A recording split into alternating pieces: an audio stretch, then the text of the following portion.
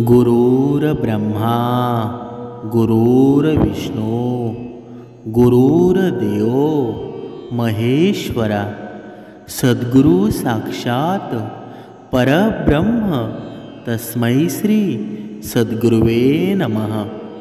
जय जय रघुवीर समर्थ श्रीराम समर्थ।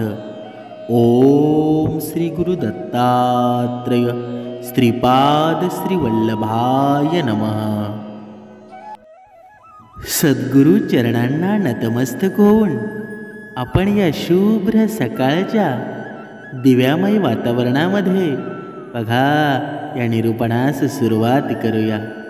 समर्थ सांगतात, जर या मानवाला छंदच जर रामाचा नसेल तर तो देह काय कामाचा आहे बरं। नुसताच त्या देहामध्ये बघा क्रूर विचार भरून बघा, जर त्या विचारांमध्ये त्या आत्म्यामध्ये माझा रामच नसेल तर त्या देहाचा काही उपयोग आहे का। जेव्हा आपण आपल्या देव्हाऱ्यामध्ये बघा दिवा लावतो, पंती लावतो आणि ती प्रज्वलित तो दिवा होतो, ती ज्योत होते आणि मग बघा ते वातावरण बघा, ज्याच्या घरामध्ये देव्हारा साफसफाई असेल ना, बघा देव्हाऱ्यामध्ये कसलीही घाण नसेल, त्याचं कुटुंबसुद्धा सुंदर असतं, त्याच्या घरामध्ये सुखाचं वातावरण असतं। बघा कधीकधी आपण श्रवणाला बसूनसुद्धा भक्ती मार्गामध्ये असूनसुद्धा आपल्या घराच्या देव्हाऱ्यामध्ये घाण असते, कचरा असतो, पण आपण आपल्याला साफ करायची बघा ते मोठं काम होतं।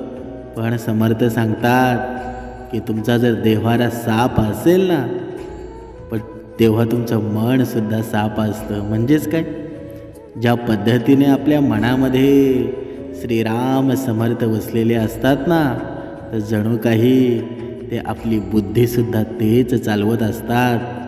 त्यांच्याच पूर्ण बघा त्यांच्याचकडून सर्व कामं केली जातात। पण जेव्हा आपल्या आत्म्यामध्ये श्रीराम समर्थ निर्माण होतील तेव्हा या गोष्टी घडतील, नाहीतर कदापि शक्य नाही। आणि जेव्हा स्वतः परमेश्वर येऊन आपला देह चालवतील ना, तेव्हा खऱ्या आनंदाची लहर आपल्या जीवनामध्ये निर्माण होईल।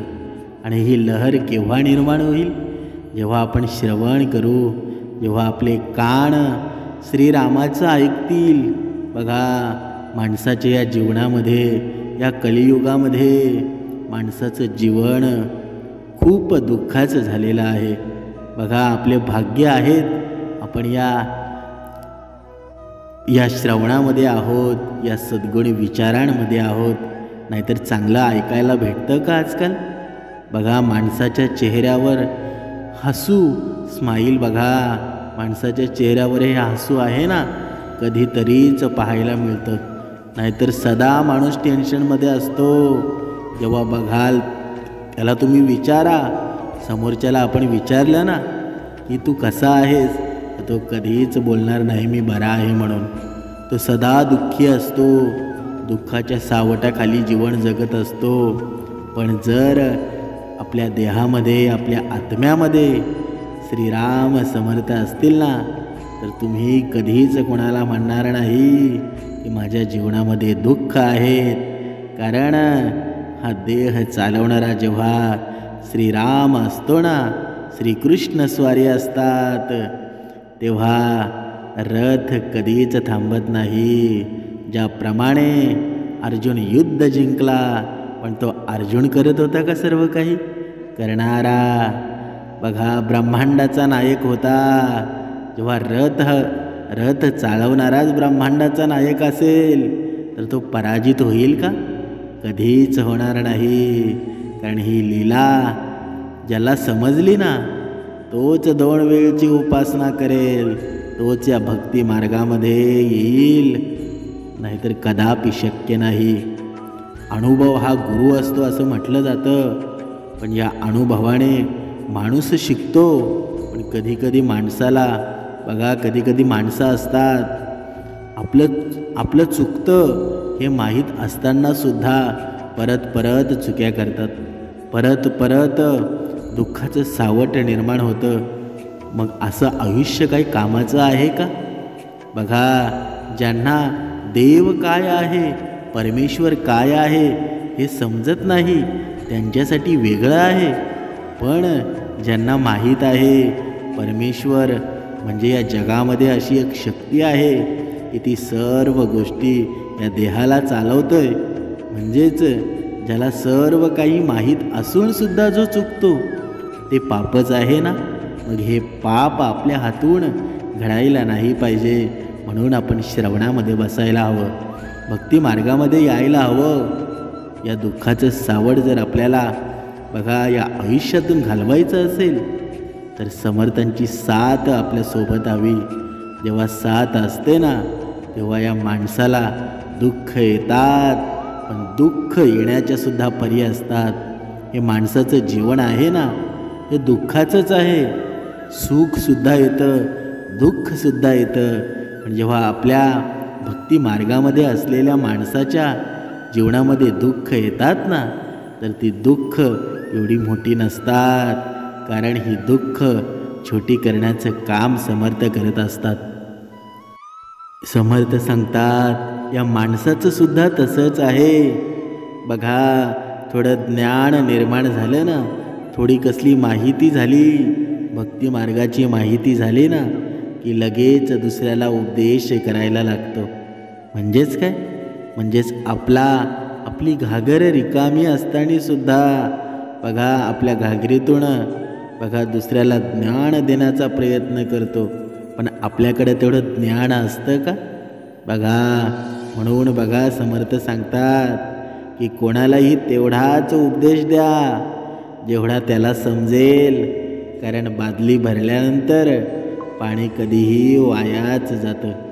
म्हणून आपली बादली असते ना बघा, आपली पुण्याची बादली आहे, पुण्याची घागर आहे, ती पुण्याची घागर भरून ठेवा, कारण ती पुण्याची घागर सांडून देऊ नका, फुकट घालवू नका. कारण हे ज्ञान असतं, हे पुण्य असतं ना ते आपण खूप प्रयत्नांनी कमवलेलं असतं. बघा, एकदा माणसाची बघा संपत्ती येते, धन येते, धन गेलं तरी परत मिळवता येतं. पण माणसाची इज्जत अशी गोष्ट आहे ना, एकदा गेली की ती परत येत नाही. म्हणून आपली इज्जत कमवा या आयुष्यामध्ये. बघा, कुणीही सांगावं, कुणीही आपल्याबद्दल वाहवा करावी की हा किती छान माणूस आहे, त्याच्या वैखरीमध्ये बघा साक्षात भगवंत आहे, असं आपल्याबद्दल कोणी म्हणतं का? पण आपणच अशा गोष्टी समोरच्याला सांगून टाकतो की मी असा आहे, मी तसा आहे, मी एवढं श्रवण करतो, मी उपासना करतो. हे सर्व आपण आपल्या वैखरीमधून आपण कमवलेलं पुण्य वाया घालवत असतो. पण समर्थ सांगतात ज्या व्यक्तीलाच हे सर्व तुम्ही उपदेश करा तिथे तुमचं ऐकलं जाईल, नाहीतर बाकीच्याकडे या वैखरीतून हे ज्ञान हे पुण्य वाया घालवू नका, कारण तिथे तुमचा काहीच उपयोग होणार नाही. म्हणून आपल्या या कानांना वैखरीला बघा चांगलं ऐकण्याची सवय ठेवा. श्रीरामांचा गजर ऐकण्याची सवय ठेवा, विठ्ठलाचा गजर ऐकण्याची सवय ठेवा. म्हणजेच काय? बघा, खूप छान अभंग आहे. बघा, या सकाळच्या वातावरणामध्ये थोडं आपण भक्तिमय वातावरण करूया, थोडा अभंग गाऊया. या विठूचा गजर हरी नामाचा झेंडा रोविला, या विठूचा गजर हरी नामाचा झेंडा रोविला, गजर हरिनामाचा झेंडा रोविला, गजर हरिनामाचा झेंडा रोविला, या विठूचा गजर हरिनामाचा झेंडा रोविला. होविला. बघा, हा अभंग ऐकून मन प्रसन्न होऊन गेलं. म्हणजेच काय? म्हणजेच बघा, समर्थ इथे सांगतात की हे मानवा, तुझ्या कानांना, तुझ्या वैखरीला, तुझ्या सर्व अवयवांना अशी सवय लाव ना की जिथे सद्गुण विचार असतील ना तिथे तुझं मन धावलं पाहिजे. जिथे सद्गुण विचार तुझ्या कानी ऐकू येतील तिथे तुझं मन धावून गेलं पाहिजे. पण असं मानवाच्या बाबतीत घडतं का? तर हे का घडत नाही? त्याचं कारण आहे, आपण भक्ती मार्गामध्ये नसतो, श्रवणामध्ये नसतो, उपासनेमध्ये नसतो. कारण बघा, आपलं मन थाऱ्यावर नसतं, आपलं मन एकचित्त नसतं. पण यासाठी मन एकचित्त करण्यासाठी आपल्याला काय करावं लागेल? तर आपल्याला उपासना करावी लागेल, आपल्याला या भक्तीमध्ये लीन व्हावं लागेल. पण आपण हे करतो का? बघा, आपण जोपर्यंत विचार करत नाही ना तोपर्यंत आपण कितीही प्रयत्न केला तरीही काही फायदा नाही. कारण बघा, समर्थ सांगतात की प्रयत्नसुद्धा योग्य मार्गामध्ये करावा लागतो. नाहीतर प्रयत्नाने, आपण म्हणतो अशी म्हण आहे, प्रयत्नाने परमेश्वर आहे. पण परमेश्वर कधी भेटेल? की आपला मार्ग व्यवस्थित असेल. नाहीतर बघा, आपण एका मार्गावर चाललेलो आहोत, बघा पुण्याच्या दिशेकडे चाललेलो आहोत, पण आपल्याला मात्र कुठे जायचं आहे? आपण मुंबईवरनं निघालो, आपल्याला पुण्याला जायचं आहे, पण आपण चाललोय नाशिकच्या मार्गाने, तर आपण पुण्याला जाऊ का? म्हणजेच काय?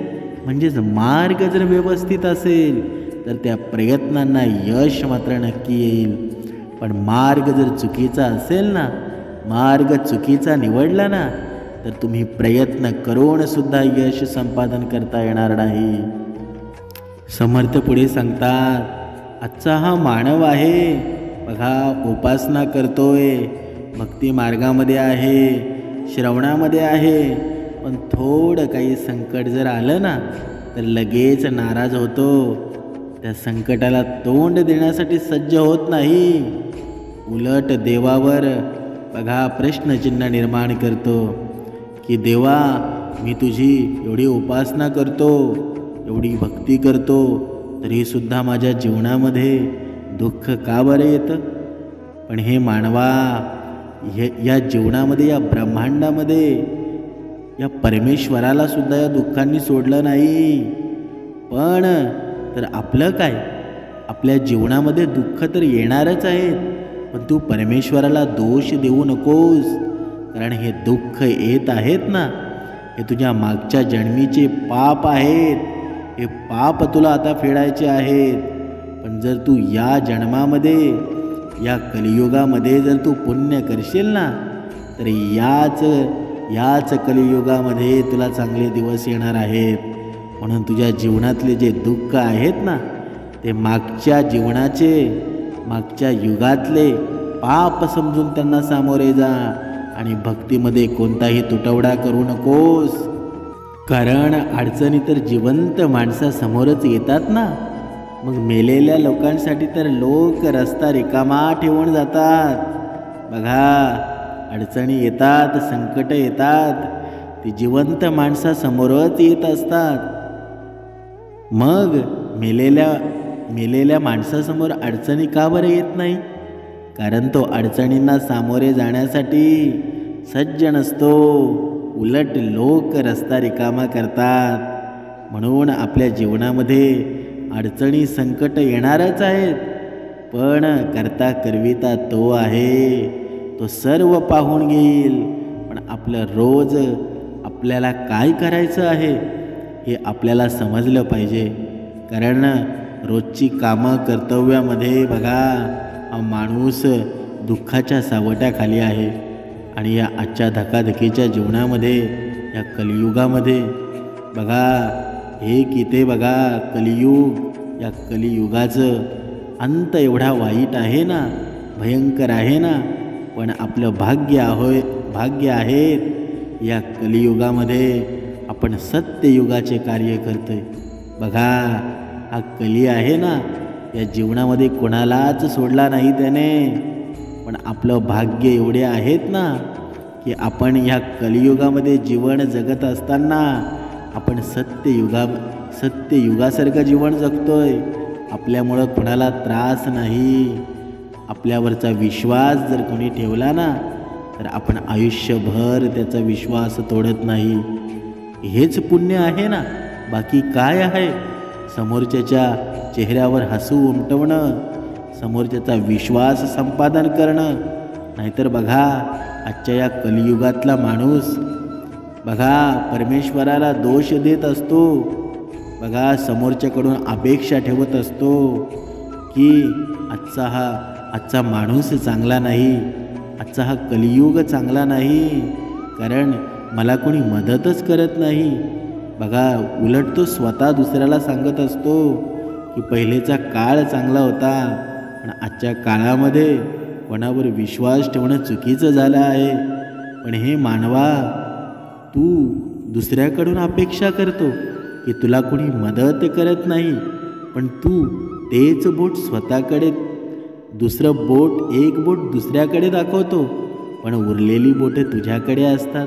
तू स्वतःला कधी विचारतोस का की मी कुणाला मदत करतो की नाही? हे तू जेव्हा विचार करशील ना तेव्हा सर्व प्रश्नांची उत्तरं तुला मिळतील.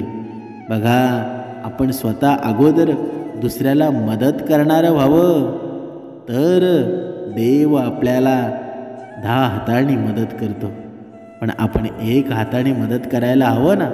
आपण दुसऱ्याकडून अपेक्षा करत असतो. या अपेक्षांचं ओझं आहे ना, त्या आयुष्यभर आपल्या डोक्यावर ठेवत असतो. पण स्वतः मात्र देव बनत नाही. कारण आपण दुसऱ्याला मदत करतो ना, तर ते आपण देवरूपास जातो. हे मानवाला आजच्या कळत नाही आणि दर वेळेला परमेश्वराला दोष देत राहतो. मग कशी भक्ती होईल? आणि मग उलट म्हणायचं की मी वर्षानुवर्ष भक्ती करतोय, वर्षानुवर्ष श्रवण करतोय, तरीही सुद्धा माझी परिस्थिती तशीच. मग कशी असेल? तुझा मार्ग जर व्यवस्थित नसेल, तुझं मन जर स्थिर नसेल, तुझ्या हातून इतरांना मदतच होत नसेल, पुण्यच होत नसेल, धर्मच होत नसेल, तर तुझी अधोगतीच होणार ना. आणि मग तू देवाला दोष देत राहणं हे कितपत योग्य आहे? जोपर्यंत विचार करत नाही ना तोपर्यंत काही फायदा नाही. समर्थ पुढे सांगतात, बघा, कुठे ना कुठे कर्माची भीती आहे ना, म्हणून तर गंगेवर इतकी गर्दी आहे. ज्याला कर्म समजतं ना त्याला धर्म समजवून घेण्याची गरज नाही. कारण पाप शरीर नाही, माणसाचे विचार करतं, आणि गंगा विचारांना नाही तर शरीराला स्वच्छ करते. म्हणजेच काय? म्हणजेच बघा, जर माणसाचे कर्म, या माणसाने कर्म समजून घेण्याचा विचार केला ना तर त्याला सर्व गोष्टी समजून घेण्याची गरज नाही. त्याचे कर्म चांगले असतील, शुद्ध असतील, त्याला कसलीही चिंता नाही. पुढे समर्थ सांगतात, बघा, चिंतेमुळं माणसाची बुद्धी कमी होते आणि दुःखामुळे माणसाचं शरीर कमी होतं. पण पाप केले तर लक्ष्मी कमी होते. म्हणजेच काय? बघा, माणसाला हा चिंता रोग असतो. हा चिंता रोग असा असतो ना, माणसाची बुद्धी हीन करून टाकतो आणि दुःखामुळं माणसाचं शरीर कमकुवत होत जातं. बघा, आपण म्हणतो की बघा, मी 1 वर्षापूर्वी या माणसाला पाहिलेलं होता, किती मस्त तब्येत होती, मस्त शरीर होतं, धडधाकट होता, पण आता मी याला पाहतोय तर माझा विश्वासच बसत नाही. म्हणजेच काय? म्हणजेच बघा, आपण खरं तर आपल्याला विश्वास बसत नाही एवढा वीक झालेला असतो. म्हणून पाप केलं ना तर आपल्याकडं असलेली धन लक्ष्मी कमी होऊन जाते, माणूस कंगाळ होतो. म्हणून आपल्या हातून पुण्य घडायला हवं. तुमच्या खोट्या आणि वाईट गोष्टींची जी स्तुती करतात ना, तेच तुम्हाला बर्बाद करतात. म्हणून कुणी आपली किती स्तुती करावी, आजच्या कलियुगामध्ये एक गोष्ट निदर्शनात येते की प्रत्येक माणसाला एक गोष्ट हवी आहे की आपली कुणीतरी स्तुती करावी, आपली कुणीतरी वाहवा करावी. पण ही वाहवा स्तुती बघा आपल्या दुःखाचं कारण बनत असते. तुमची जर स्तुती करायची असेल ना, तर एक दिवस असा बनवा की तुमची स्तुती देवाने केली पाहिजे, परमेश्वराने केली पाहिजे. या मानवाने तुमची स्तुती करून काय फायदा आहे बरं? तुमची स्तुती आहे ना, तुमच्या कर्मातून दाखवा. तुमचे कर्म बोलले पाहिजे की हे माणूस, हा माणूस किती सुंदर, याची वैखरी आहे, किती सुंदर वागतो, कुणाला याचा त्रास नाही, कुणाला कसलाही बघा दुःख देत नाही. ही स्तुती असते. नाहीतर आपण दुसऱ्याला सांगावं की मी कसा आहे, हे कितपत योग्य आहे, हे प्रत्येकाने विचार करावा.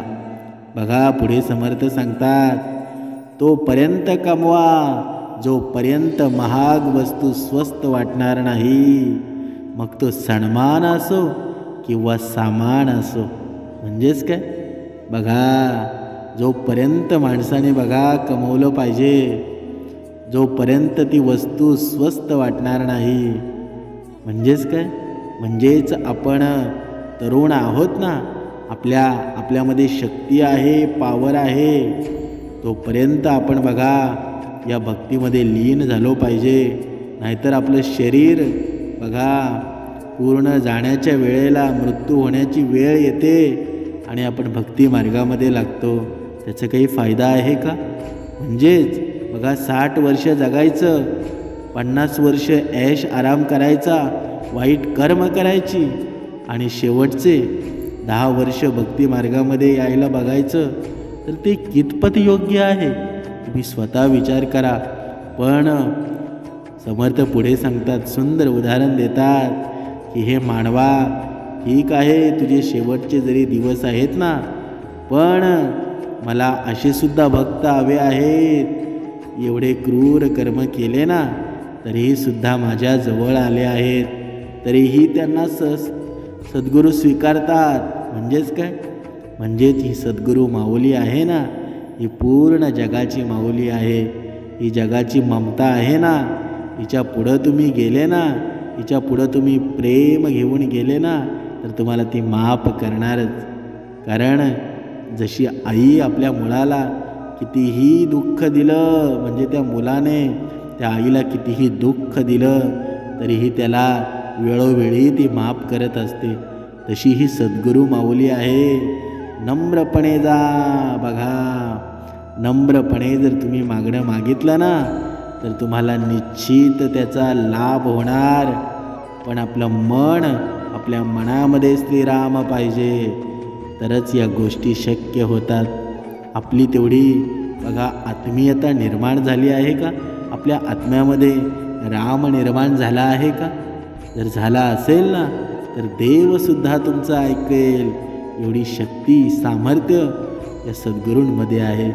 पण हे जेव्हा माणसाला कळेल ना, तेव्हा खऱ्या भक्तिमार्गामध्ये हा माणूस लीन होईल. जिथे दया आहे तिथे चांगुलपणा असतो. बघा जिथे लोभ आहे ना, तिथे पाप नक्कीच असतो. जिथे राग आहे तिथे नाश होतो. जिथे क्षमा आहे ना, तिथे देवाचं अस्तित्व असतं, माझ्या श्रीरामाचं अस्तित्व असतं. म्हणून बघा असं म्हणतात ना की दया, क्षमा, शांती, तिथे देवाची वस्ती. म्हणून आपल्यामध्ये चांगुलपणा असेल ना, तर तुमच्या आत्म्यामध्ये दया असतेच. पण जिथे लोभ असेल तिथे पापाचं साम्राज्य निर्माण होतं. जरी तुमच्या मनामध्ये ते नसेल. बघा आपण कधीकधी एक मनामध्ये विचार करतो की आपण बघा पापातून पैसा कमवायचा, पण नंतर आपण तो मार्ग सोडून आपण चांगल्या मार्गामध्ये लागायचं. पण ते कदापि शक्य होत नाही. कारण सद्गुरू सांगतात की तुम्ही जर विचार करता की अगोदर पाप करायचा आणि नंतर चांगुलपणा करायचा तर ते कधीही त्यातला पुण्य भेटत नाही, ते पापच असतं. म्हणून कधीही जीवनाची सुरुवात करायची असेल ना तर ती शून्यातून करा.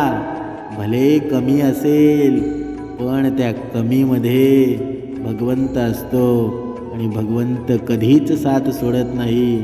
आणि तुम्ही पाप मार्गातून कमवलेला पैसा असतो ना, तो जरी तुमच्याकडे धन निर्माण झालेला असेल पण त्या धनाचा कधीच सुखात रूपांतर होत नाही. म्हणून बघा, आपल्या मनामधला रागसुद्धा माणसाने कमी करायला हवा. कारण मनामधला राग असतो ना, तो कधीही माणसाचा नाशच करत असतो. म्हणून या आत्म्यामध्ये क्षमा असायला हवी. कारण जिथे क्षमा करण्याची गरज असते ना तिथे देवाचं अस्तित्व निर्माण होत असतं. म्हणून हे जीवन जगत असताना समर्थ या मानवाला सांगत आहेत, बघा, आपल्या लोकांवर तेवढंच नाराज व्हा जेवढा तुमचा शब्द आणि समोरच्याची इज्जत टिकून राहील. म्हणजेच काय, बघा, आपण कधी आपण अशा व्यक्तीवर नाराज होतो की बघा त्या व्यक्तीला सुद्धा माहीत नसतं की हा का आपल्यावर नाराज झालेला आहे. म्हणजेच काय, म्हणजेच आपली त्याच्यापुढं क्षमता किती आहे हे न पाहता माणूस समोरच्यावर नाराज होऊन बसतो. पण असं नाराज होऊ नका, कारण ते दुःख तुमच्याच वाट्याला येणार आहे. बघा, पुढे समर्थ सांगतात, हवेत ऐकलेल्या गोष्टींवर कधीही विश्वास ठेवू नका. बघा, कधी बघा, एखादा घरामध्ये कुटुंब असेल, बघा, नवरा बायको नवीनच लग्न झालेले असतील, पण बघा या नवऱ्याला बघा कुणीतरी आयरा सांगतो की तुझी पत्नी अशी आहे तशी आहे, पण त्याच गोष्टीवर विश्वास ठेवतो आणि मग घरामध्ये बघा पूर्ण विनाशाचं वातावरण चालू होतं. शंका घ्यायला लागतो आणि या शंका बघा, जिथे शंका निर्माण होते ना तिथे कधीच कुटुंब एकत्र येत नाही. आणि जर आपण या भक्ती मार्गामध्ये असून सुद्धा आपण जर आपल्या पत्नीवर आपल्या पतीवर शंका घेत असू, त्यासाठी दोघांनी भक्ती मार्गामध्ये असायला हवं. तर कधीच शंका तुमच्या जीवनामध्ये येणार नाही. कारण हे सामर्थ्य सद्गुरूंचं आहे, हे सामर्थ्य समर्थांचं आहे. म्हणून आपल्या कुटुंबाने सर्वांनी या भक्ती मार्गामध्ये यायला हवं. या बघा, तुम्ही जेव्हा याल ना इथे तर तुम्हाला सुखच मिळणार आहे, दुःखाचं सावट कमी होणार आहे. म्हणून हा भक्ती मार्ग एवढा श्रेष्ठ आहे ना की तुमच्या जीवनाचं भलंच होणार आहे. म्हणून समर्थ सांगतात, कानाने कच्चे राहू नका, कानाने पक्के राहा. कारण बऱ्याचदा चांगलं नातं असताना तुम्ही कच्च्या कानाने गमावून टाकता. बघा, पुढे समर्थ सांगतात की डोळ्यांनी दिसत नसलेला जग दिसत नाही. म्हणजेच काय, म्हणजेच जो आंधळा असतो ना त्याला कधीच जग दिसत नाही. आणि घमेंडीमध्ये असलेल्या त्यांच्यापेक्षा श्रेष्ठ व्यक्ती दिसत नाही. आणि स्वार्थी लोकांना कुठेही दोष दिसत नाही. म्हणजेच काय, म्हणजेच बघा, ज्या माणसाच्या मनामध्ये घमंड भरलेला आहे त्याला त्याच्यापेक्षा श्रेष्ठ व्यक्ती दिसतो का? कधीच दिसणार नाही. कारण तो स्वतःलाच श्रेष्ठ मानत असतो. त्याला असं वाटत असतं या सर्व हे जग माझ्यामुळं चालतं. पण त्याचा हा मीपणा त्याला कधीतरी कामी येतो आणि त्याचा सर्व नाश होऊन जातो. पण हे असं जगणं चांगलं असतं का? बघा, पुढे समर्थ सांगतात, मोठेपणा असा गुण आहे ना जो पदामुळे नाही तर संस्कारांमुळे मिळत असतो. पण हे मानवाला कधी समजतच नाही. बघा, मानव हा स्वतः सांगत असतो की मी एवढा मोठा आहे, एवढा धनवान आहे. पण हा मोठेपणा असतो ना, बघा, आपल्या वैखरीमुळे आपल्याला प्रदान होत असतो, आपल्या संस्कारामुळे प्रदान होत असतो. पुढे समर्थ सांगतात, तुमच्या सफलतेचा रुबाब असतो ना तो आईवडिलांना कधीही दाखवू नका, कारण त्यांनी तुमचं आयुष्य हरवून तुम्हाला जिंकवलं असतं. म्हणजेच काय? म्हणजेच बघा, आपले आईवडील असतात, मातापिता असतात.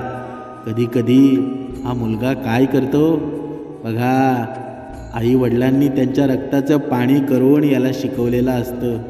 बघा, बाहेर देशामध्ये पाठवतात आणि बाहेर देशातून जेव्हा धन पैसा कमवून येतो तेव्हा त्याची बोलीभाषा वेगळीच असते, त्याची वागण्याची पद्धत वेगळीच असते. मग आपल्या आईवडिलांना स्वतःची धन संपत्ती दाखवण्यासाठी त्यांच्याशी वेगळंच बोलणं करतो. पण हे मानवा, तू ज्या आईवडिलांना हे रुबाब दाखवत आहेस ना, हे तुझ्या लक्षात नाही.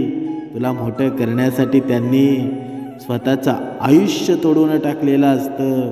आणि हे या आजच्या मुलांना समजत नाही. या कलियुगामध्ये बघा, हे जर या मुलांना समजलं ना, तर वृद्धाश्रम कधीही या जगामध्ये सुरू राहणार नाही. बघा, खरं तर कधीकधी या माणूस म्हणून जगायला लाज वाटते. कारण बघा, आपले आईवडील वृद्धाश्रमात असतात, हे कितपत योग्य आहे? प्रत्येक मुलाने हा विचार करायला हवा.